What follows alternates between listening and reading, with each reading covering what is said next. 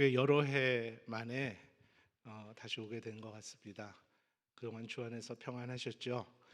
네, 저도 기도해 주시고 함께 후원해 주신 덕분에 잘 지냈습니다.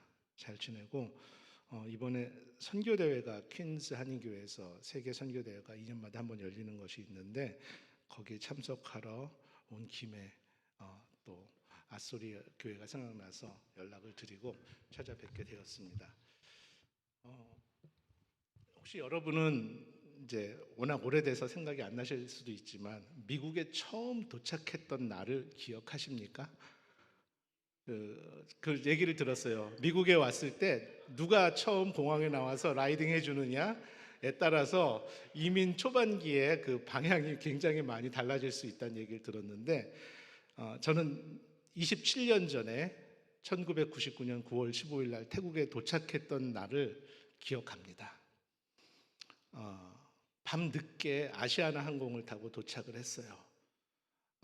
그래서 제가 이제 처음에 방콕에 있는 국제학교에서 사역을 시작하게 됐는데 교장 선생님이 나오시고 숙소에 들어갔더니 12시가 넘은 시간이었는데 우유 하나 빵 하나 딱 주시고는 하시는 말씀이 내일 아침 7시부터 출근하세요.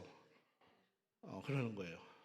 밤 12시 넘어서 도착해서 다음날 아침에 7시에 이제 출근을 해야 되는 상황이에요.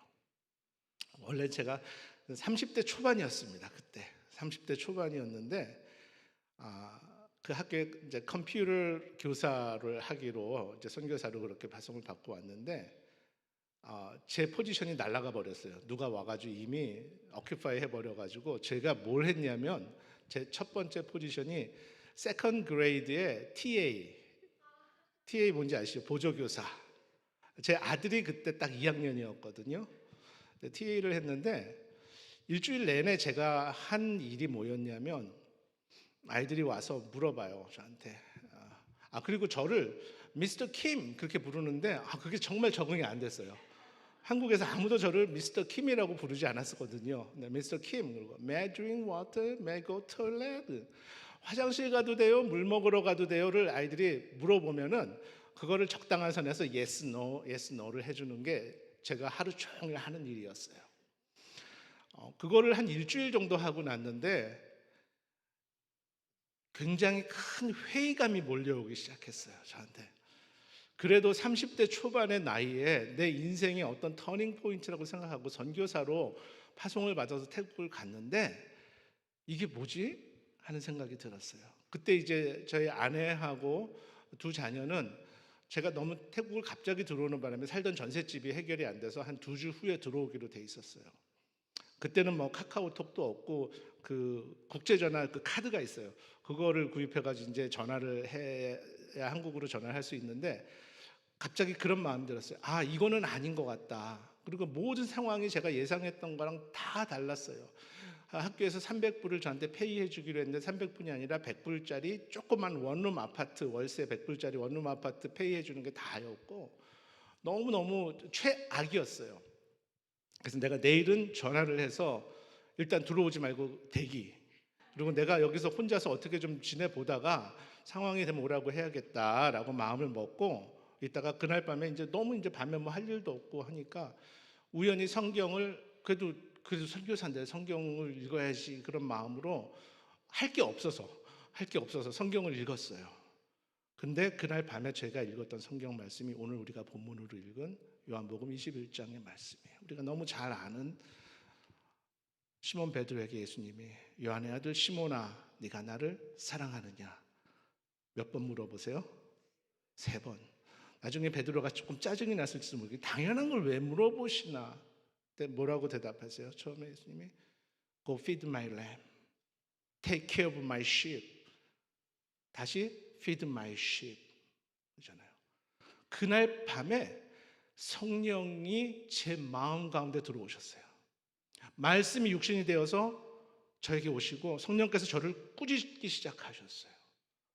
야, 네가 태국에 선교사로 온 지 지금 1달이 됐냐? 2달이 됐냐? 열흘도 되지 않았는데 너는 선교사를 못하겠다는 거냐? 라는 강한 책망을 제 마음 가운데 주셨어요. 그리고 회개하고 엎드려 기도하면서 다음날 학교를 갔습니다. 출근을 했는데 그 당시에 그 학교가 정말 어린아이가 엄마 뱃속에서 8달 만에 태어난 것과 같은 행정적인 준비가 그렇게 안 된 학교예요. 그러니까 뭐 제 포지션도 있던 게 뭐 다 날아가고 뭐 엉망이죠. 근데 선교사 자녀들이 되게 많았는데 선교사들이 아침에 일찍 언어 공부하러 가기 때문에 아이들을 학교에다가 일찍 데려다 놔요. 그러니까 초등학교 1학년, 2학년 된 아이들이 그 교실 문도 안 열려서 학교 앞에 계단에 앉아서 빵하고 우유를 먹고 있는 모습을 보는데 성령께서 저 아이들이 너의 양이다 말씀하시는 거예요. 저 아이들이 너의 양이다. 그래서 제가 회개하고 열심히 보조교사 일을 했어요. 점심시간에는 기타 치고 찬양하면서 아이들을 모아서 같이 그 아이들과 함께 친교하고 뭐 그렇게 했어요.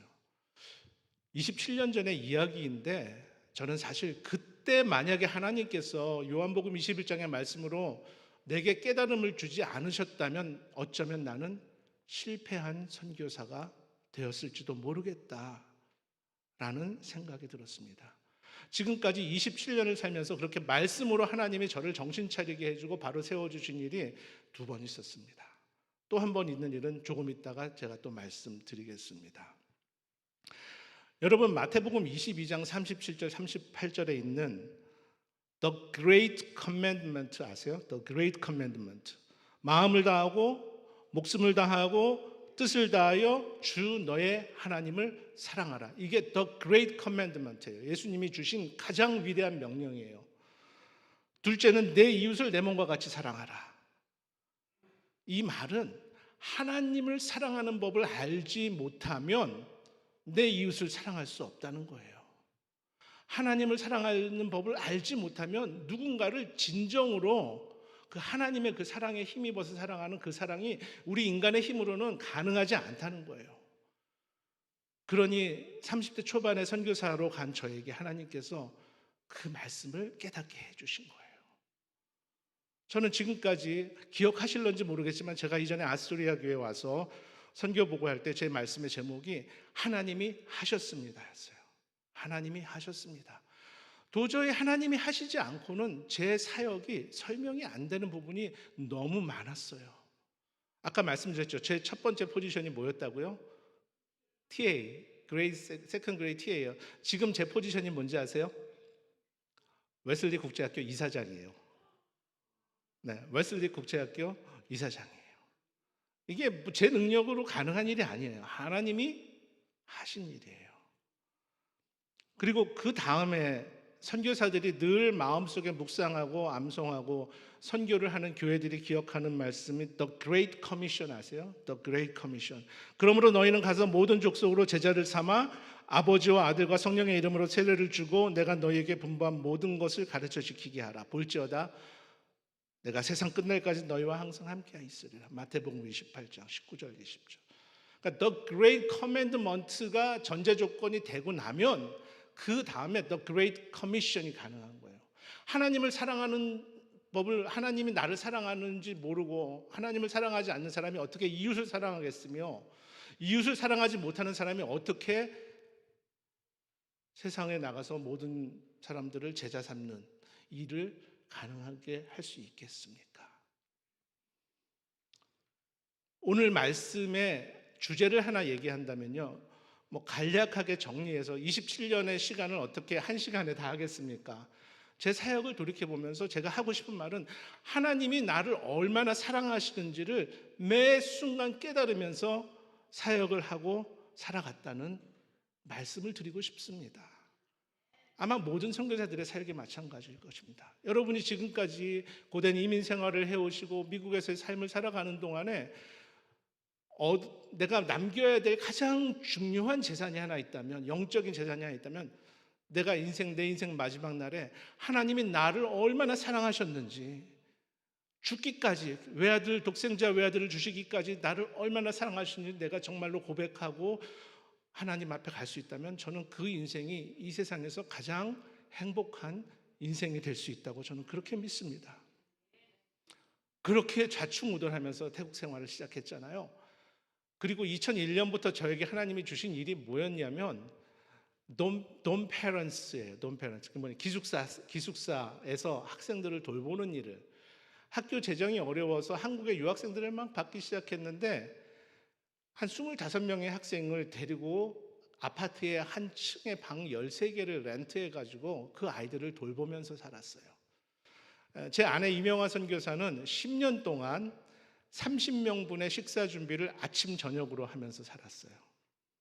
그때의 생활을 지금 다시 가라 그러면 전 절대 못 가요. 그때로 못 돌아가요.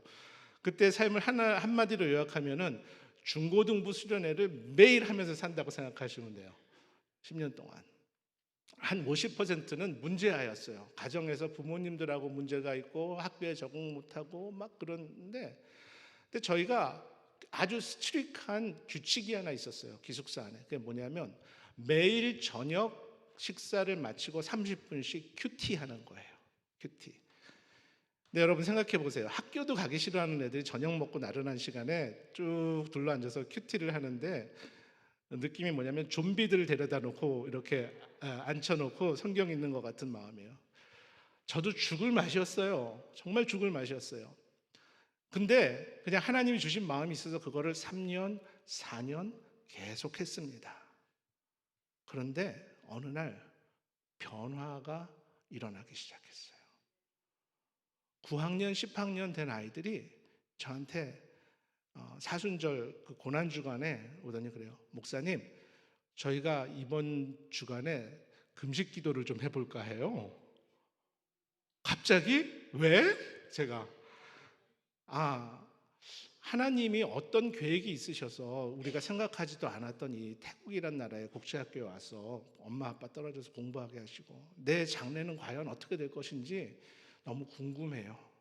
그래서 금식하고 싶어요. 근데 정말로 그 아이들이 일주일 동안 물만 먹고 학교 가서 점심시간에 자기들끼리 손잡고 기도하고 성경 보면서 고난주간 금식을 한 거예요. 얼마나 놀라운 일이에요, 여러분. 놀랍지 않으세요? 여러분, 여기 에스토레는 당연히 늘 있는 일이에요. 놀라운 일이잖아요. 그리고 그 아이들이 변하기 시작했어요. 아이들하고 사는 게 너무 힘들었는데 아이들하고 함께 공동체 생활을 하는 게 행복해지기 시작했어요. 학생들이 이제 영어로 리포트 막 영타를 쳐야 되니까 한국에서는 한글밖에 안 쳤잖아요. 그래서 영어 성경 이어쓰기를 시켰어요. 타자로. 네, 여러분 놀라지 마세요. 1년 동안에 NIV 신약 구약을요 2번을 그 학생들이 팀을 나눠서 NIV 성경을 2번을 타이핑을 했어요. 그리고 하나님이 저에게 그때서야 조금씩 말씀해 주시는 거예요. 생각해 보니까 우리의 공동체가 예수님이 제자들과 함께 살았던 공동체의 모습이 우리 안에 있었어요. 주일날마다 예배를 같이 드렸고 늘 밥상에 둘러앉아서 함께 밥을 먹는 식탁 공동체가 있었고 같이 사는 생활 공동체가 있었어요.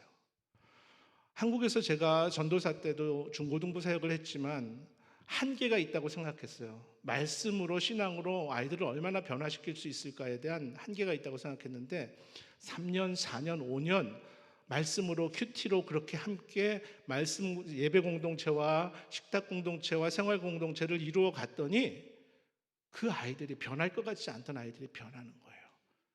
그 사역을 저희가 딱 10년 했어요. 2001년부터 2011년까지.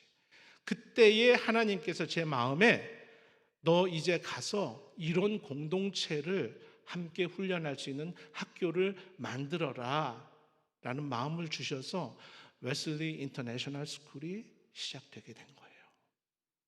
만약에 그 정말 지겹고 힘들었던 그 시간이 없었더라면 지금 웨슬리 국제학교는 존재하지 않았을 것입니다. 근데 하나님은 우리를 굉장히 많이 사랑하시는데 사랑하시는 방법이 우리가 기대하는 거랑 좀 틀려요.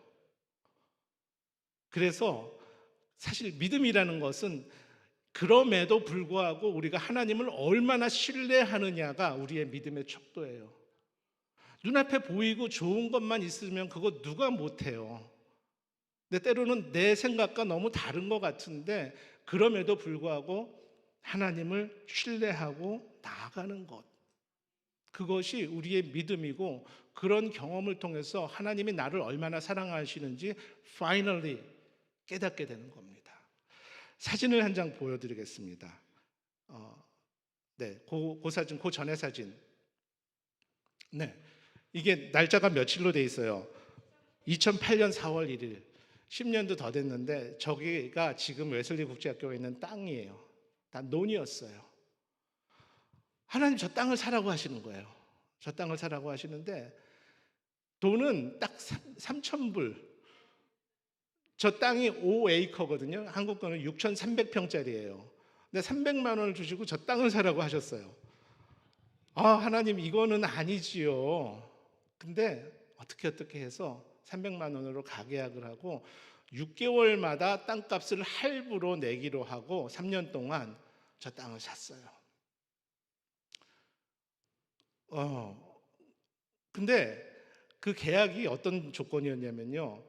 약속된 날짜보다 열흘 이상 그게 딜레이가 되면은 앞에서 냈던 돈이 다 날아가는 그런 계약이었어요. 그러니까 땅 주인 입장에서는 손해 볼 거 없잖아요. 그러니까 그렇게 계약을 한 거예요. 6개월이 너무너무 빨리 다가오는 거예요. 그러니까 매 6개월마다를 무릎으로 살지 않으면 안 되었어요.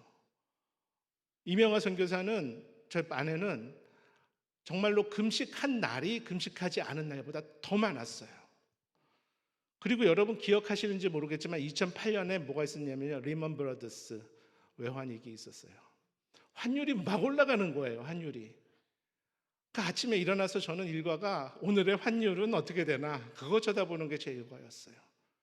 그런 열악한 상황이었는데 3년이 지나고 하나님께서 결국 저 땅을 구입하게 해주셨어요.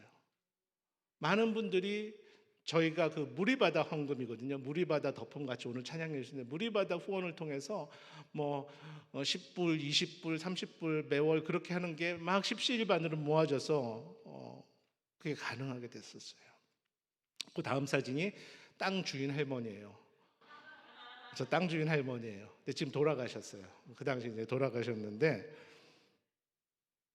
하나님은 단 한 번도 빨리 주지 않으셨어요. 땅값 내기 2, 3일 전까지 애가 타는 거예요. 그리고 무릎으로 살고. 근데 단 한 번도 늦게 주지도 않으셨어요. 3년 동안 그 일을 반복하고 나니까 조금 하나님의 마음을 알 것 같아요. 어쩌면 저는 그때 그랬어요. 제가 받은 컬링이 너무 확실해서 한국에 가거나 큰 교회 가거나 돈 많은 크리스천 장로님들 만나면 선교사님 땅 사세요 하고 막 돈을 줄 줄 알았어요. 그런데 웬걸요. 너무너무 많은 거절을 당했어요. 너무너무 많은 거절을 당했어요. 그러나 하나님은 한 번도 저를 모른다 하지 않으시고 끝까지 하나님의 방법으로 일을 만들어 가셨어요. 그 다음 사진. 저게 뭐냐면요. 태국 그 카우팟이라고 하는 프라이드 라이스예요. 태국에서 많이 먹는 음식 중에 하나인데 저게 물 한 병하고 도시락에 있는 카우팟인데 저게 저 당시 가격으로 물하고 합쳐서 2달러도 안 돼요. 한 1.78 뭐 그 정도 되는데 그 다음에 저에게 두 번째 고난이 다가왔어요. 학교 땅을 담보로 은행에서 돈을 빌리고 해서 막 건축을 하고 있다가 건축업자가 부도가 나서 도망가 버렸어요. 그래서 지금 저게 오피스 건물 짓던 그 바닥인데 기둥 만들고 뭐 반도 공사가 진행이 안 된 상태에서 스톱이 돼 버렸어요. 그러니까 땅을 지키던 인부들도 다 가버리고 제가 저기 가서 앉아서 돗자리 깔고 플라스틱 의자 하나 놓고 저 땅을 지키고 있는데 너무너무 기가 막혔어요. 하나님 이러시려고 저에게 땅 사주셨어요? 이러시려고 학교 하라고 마음 콜링을 주셨어요? 그런 생각이 들었어요. 근데 저거를 한 숟가락 두 숟가락 저 볶음밥을 떠먹고 있는데 갑자기 시편 121편의 말씀이 2, 3초 동안 제 마음을 찰나와 같이 스치고 지나갔어요. 눈을 들어 산을 보아라.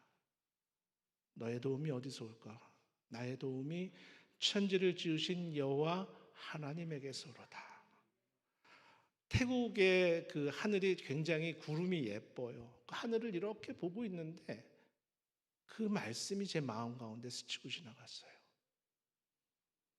근데 정말로 거짓말처럼 제 마음에 있던 그 근심과 걱정과 모든 두려움이 다 사라졌어요. 다 사라졌어요.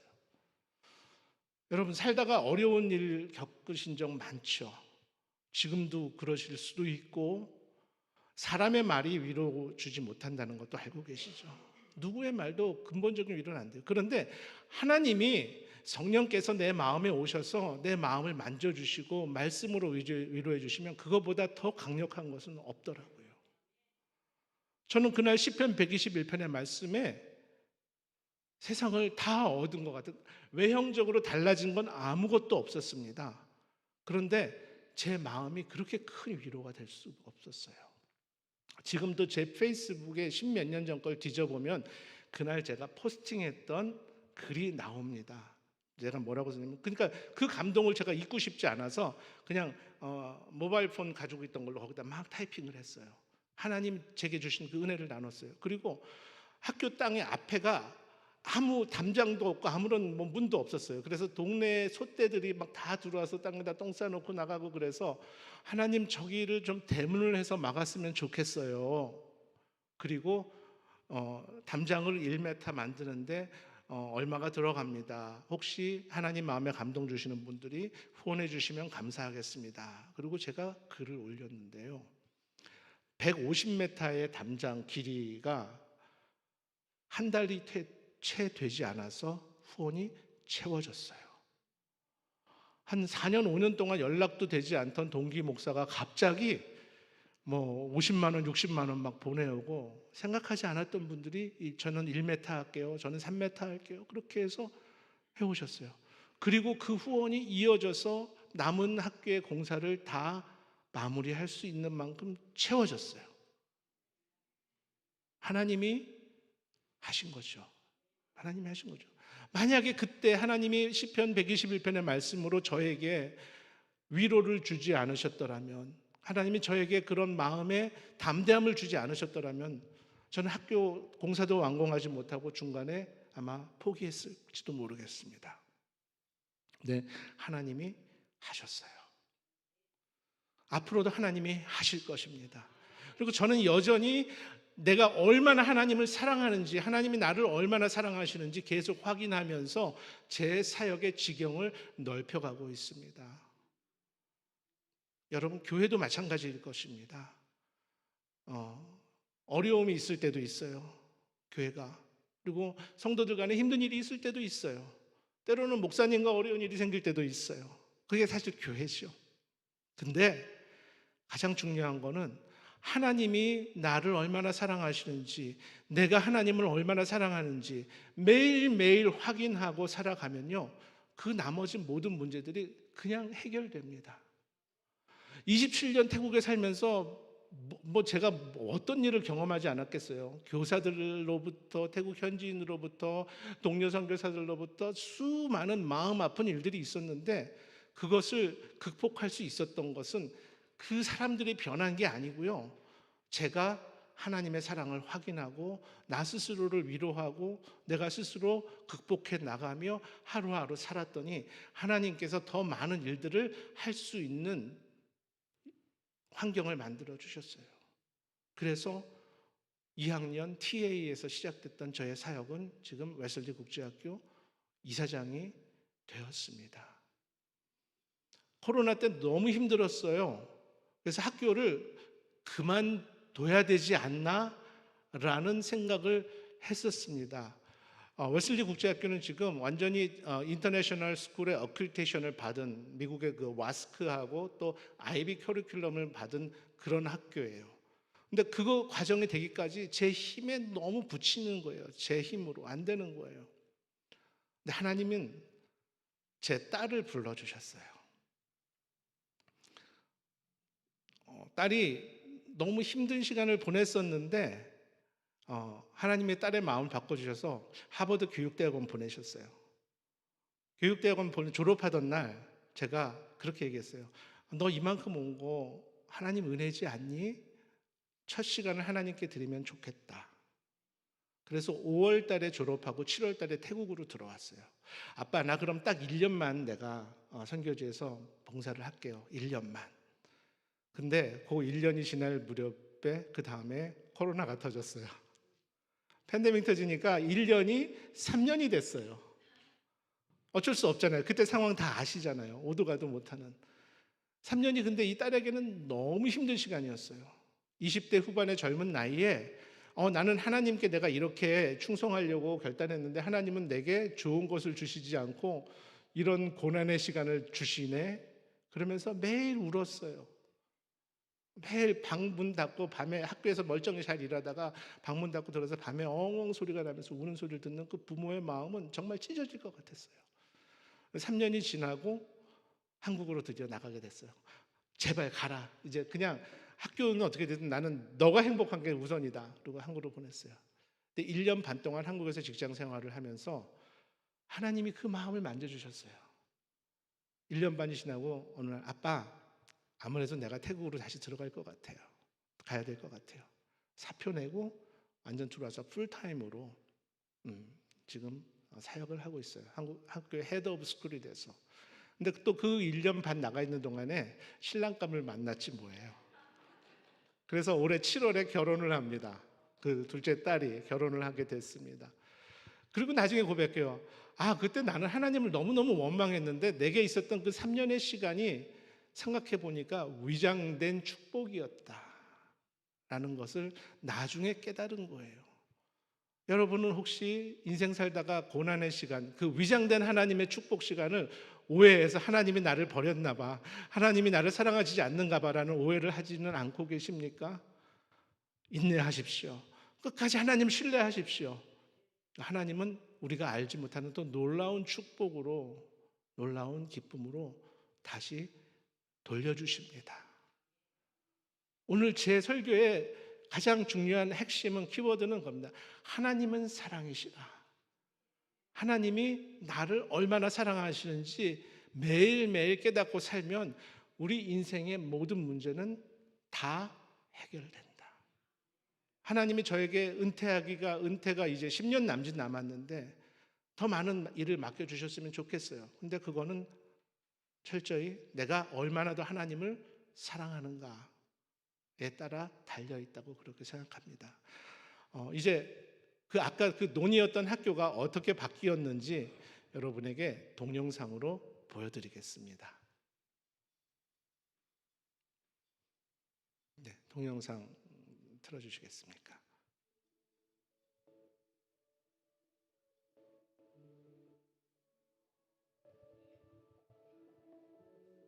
학교는 지금 157명의 학생들이 모여서 있는데 교사와 직원, 학생들 모두 18개국의 학생이 모여 있어요. 하나님이 하신 겁니다.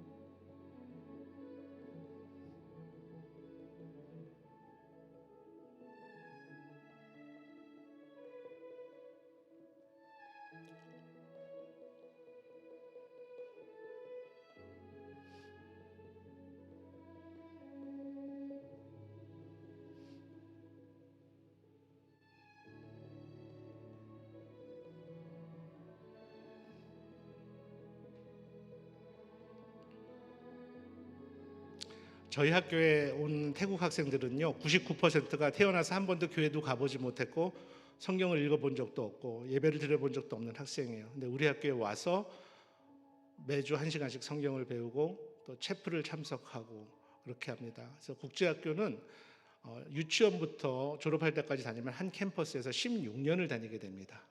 12학년까지. 그래서 우리 학교를 졸업한 학생들이 정말 앞으로 태국에 좋은 신앙적 리더들이 됐으면 하는 그런 마음을 가지고 열심히 제가 가르치고 있어요.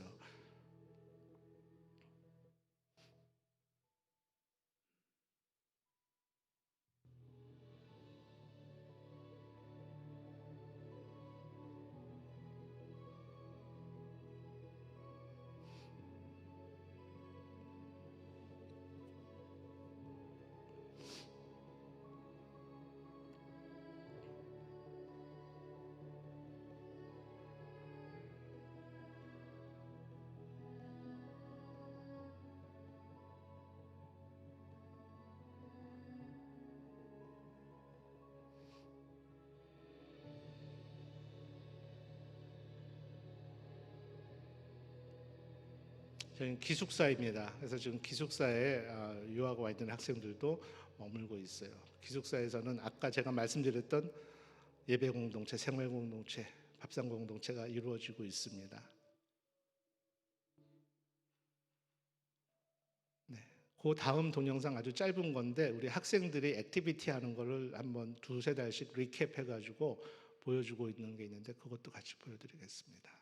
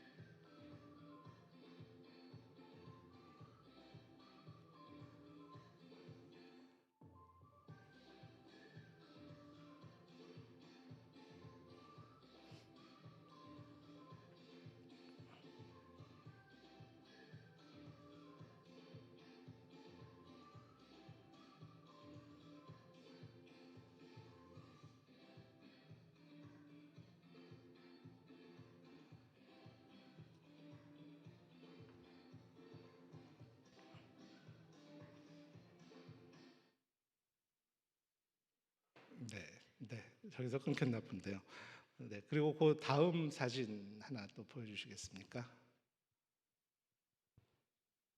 동영상이 아니고 사진입니다.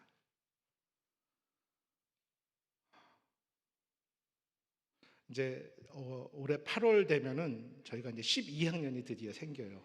그래서 내년에 첫 번째 졸업생이 드디어 이제 만들어지게 됩니다.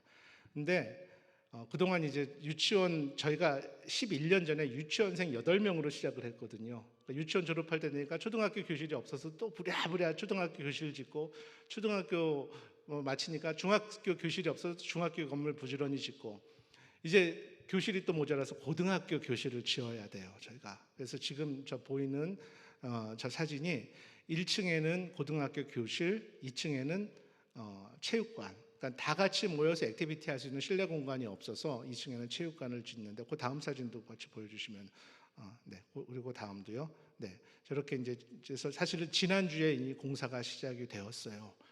공사가 시작이 되었는데 이제 학교의 재정만 가지고는 어렵기 때문에 어쩔 수 없이 교회에 한국교회도 그러고 후원 요청을 해야 되는 상황입니다. 저희가 학교 시작할 때부터 지금까지 무리바다 후원으로 왔는데 이번에는 저 공사가 저게 120만 불이에요. 건축비가 120만 불이 들어가는데 무리바다 3천이라는 걸 특별히 따로 했어요. 그게 뭐냐면 이제 한국에 계신 분들한테 매월 10,000원씩 하는 거를 4년치를 좀 당겨서 하면 48만 원이잖아요. 48만 원인데 그게 3,000명이 채워지면 저 건축을 할 수 있는 거예요. 근데 이렇게 얘기했더니 어떤 분은 3천을 언제 다 해요? 그러시는 거예요. 그런데 제 후원자 중에 한국에서 70이 넘은 권사님이 한 분 계신데 그 권사님은 그 나이에 청소 일을 하세요. 청소 일을 하는데 지난 연말에 그래요. 선교사님, 제가 앞으로 3개월 동안 무리바다 3,006구자를 후원할 거예요.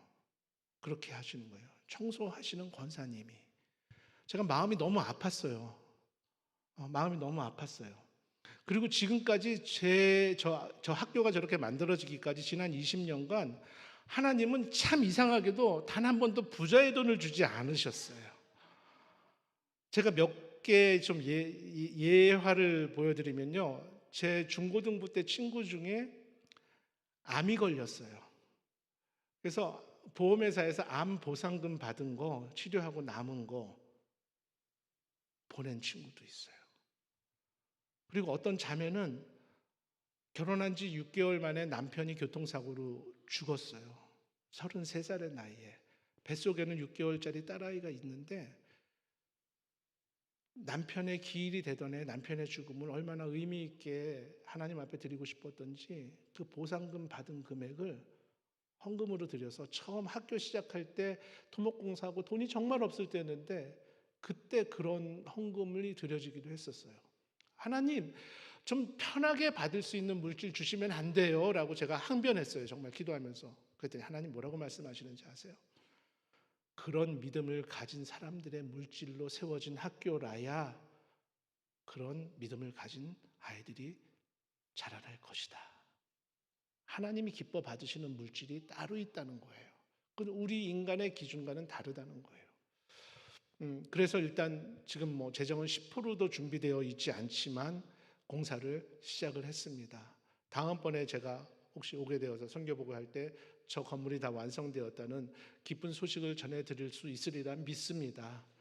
제가 목사님에게 그래서 이렇게 책갈피를 하나 드렸어요. 이게 성경 책갈피인데 이게 이제 이거 보시고 성경책 사이에다 넣어 놓으셨다가 기도할 때마다 보시고 웨슬리 국제학교를 위해서 또 건축을 위해서 기도해 주시면은 너무 감사하겠습니다. 여기에 QR 코드가 있는데 이거 핸드폰으로 이렇게 QR 코드 읽으시면은 저희 그 홈페이지하고 연결이 돼요. 그래서 어떻게 진행이 되고 있는지 또 기도 제목이 어떤 것이 있는지 보실 수가 있습니다. 하나님이 저를 선교사로 불러주신 것에 대해서 너무너무 저는 감사하고 있습니다. 여러분은 하나님이 또 하나님의 백성으로 성도로 불러주신 것에 대해서 감사하시기를 바랍니다. 그리고 하나님의 자녀로 살아가는 것이 우리에게 얼마나 큰 축복이고 큰 특권인지 모릅니다. 중요한 것은 하나님이 어제도 오늘도 내일도 이 세상 그 무엇보다 나를 사랑하신다는 거. 그리고 그 사랑이 우리가 한 사람의 그리스도인으로서 살아가게 하는 가장 큰 힘이고 동력이 된다는 것을 마음속에 함께 저와 여러분이 이 시간에 꼭 명심하시고 세상에서 가장 행복하고 기쁜 그리스도인으로 살아갈 수 있기를 축원합니다. 기도하겠습니다. 살아계시고 역사하시는 하나님 아버지, 오늘 이 시간 우리에게 주신 하나님의 위대하신 말씀이 우리 안에 새겨지게 하시고 하나님의 사랑을 우리가 매 순간마다 잊지 않고 느끼고 경험하며 나누며 살아갈 수 있게 하여 주시옵소서. 우리에게 지금까지 베푸셨던 것보다 더 큰 축복을 우리 안에 있는 하나님의 사랑으로 인해서 지경을 넓혀가게 하시고 아스토리아 연합교회 가운데 놀라운 부흥의 역사를 하나님의 사랑으로 인해서 새롭게 허락하여 주시옵소서. 예수님 이름으로 간절히 기도합니다. 아멘. 다시 한번 큰 박수로 감사의 찬양 드리겠습니다.